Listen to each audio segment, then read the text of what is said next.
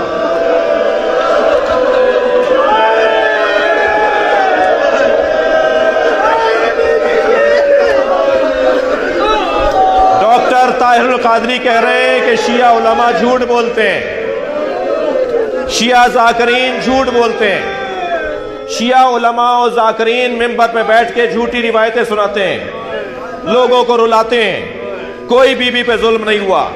ہم نے 40 سنی عالموں کی کتابیں کھول کھول کے دکھائیں گے۔ سوشل میڈیا پر 32 منٹ کا کلپ ہمارا موجود ہے، جا کے سرچ کر لیجئے، ان بچوں کو نظر آ جائے گا۔ 40 کتابیں کھول کھول کے دکھائیں، یہ آپ کی کتابیں ہماری نہیں ہیں، یہ آپ کی کتابیں ہماری نہیں ہیں۔ 40 علماء اہل سنت، معتبر بزرگ علماء کی کتابیں، اس کو اسکین کر کے چھاپ بھی دیا ہم نے کتاب کی شکل میں۔ اب تک 20 لوگ شیعہ ہو چکے ہیں اس کتاب کی وجہ سے۔ وہ اپنے عالم کے پاس لے کر جاتے ہیں یہ 40 کتابیں ہماری ہیں یا نہیں؟ وہ کہتے ہیں کسی شیعہ نے دی ہیں، نکل جاؤ یہاں سے۔ وہ کہتے ہیں دلیل دیجئے مولانا، نکالنے سے میں یہاں رہوں گا نہیں۔ جب آپ مجھے نکالیں گے نا اپنی بیٹھک سے، اپنے مدرسے سے، تو میں پھر کہیں اور جاؤں گا۔ یا تو جواب دیجئے ان 40 کتابوں کا۔ مجھے 1 سال گزر گیا ہے، انہی ایام میں پچھلے سال ہم نے وہ دلائل دیے تھے، اب تک کوئی جواب نہیں دے پایا۔ جواب دو ہمیں کہ تمہاری کتابیں نہیں ہیں تو کس کی کتابیں ہیں؟ 2 روایتیں سنا دوں اس میں سے، ایسی ایسی روایتیں اس میں علماء اہل سنت نے لکھی ہیں کہ جو شیعہ کتابوں میں بھی نہیں ہیں۔ میں 2 روایتیں سناؤں گا، میرے رونگٹے کھڑے ہو جائیں گے، اللہ کرے بیان کر جاؤں۔ ایک کتاب میں تو یہ لکھا ہے کہ انا قد رفض فلان، وہاں نام لکھا ہے، میں نام نہیں لے رہا، انا قد رفض فلان بطن فاطمہ حتی اسقطت محسنہ، فلاں نے سیدہ پہ لات ماری۔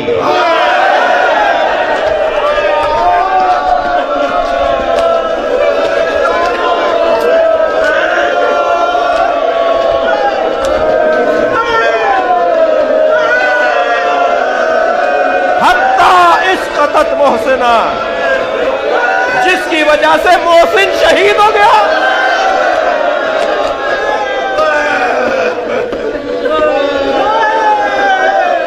ایک اور آپ بہت رو لیے، مجلس کو یہاں ختم کر دینا چاہیے۔ اللہ آپ کی آوازوں پر رحمت نازل فرمائے، سیدہ محشر میں شفاعت کریں۔ ایک روایت اور سن لیجئے، ایک سنی عالم دین جناب علامہ الجوینی فرائض السمتین میں عجیب روایت لکھ رہے ہیں، عجیب روایت لکھ رہے ہیں۔ وہ کہتے ہیں 5 سال کی زہرا نبی کے سامنے سے گزری، کم سن بی بی نبی کے سامنے سے گزری، نبی نے زہرا کو دیکھا، رونا شروع ہو گئے۔ ایک زوجہ پیغمبر نے آواز دے کر کہا یا رسول اللہ آپ فاطمہ کو دیکھ کے رو کیوں رہے ہیں؟ تو فرمایا ہی نما ذکرت، جب میں فاطمہ پہ غور کرتا ہوں تو مجھے یاد آتا ہے میرے بعد اس پہ کیا گزرے گی، سوچتا ہوں کہ میرے بعد کیا ہوگا میری بچی کے ساتھ، جس کی ایسی بچی ہو جس کے لیے نبی کھڑے ہو جاتے ہوں، جس کے ہاتھوں کا بوسہ لیتے ہوں، جسے اپنی جگہ بٹھاتے ہوں، اس بچی کے ساتھ کیا کیا؟ فرمایا جب میں زہرا کو دیکھتا ہوں میرے ذہن میں آتا ہے میرے بعد میری بچی کے ساتھ کیا ہوگا۔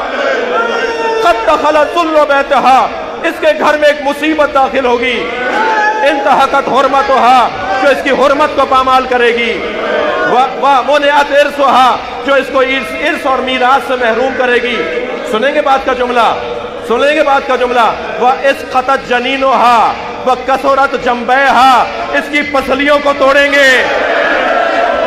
یہ نبی کے جملے ہیں سنی کتابوں میں،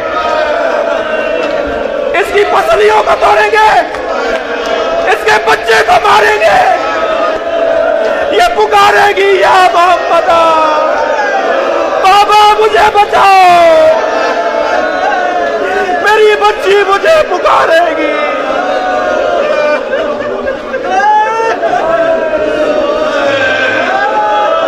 کوئی میری بچی کی مدد نہیں کرے۔ الا لعنت اللہ علی قوم الظالمین۔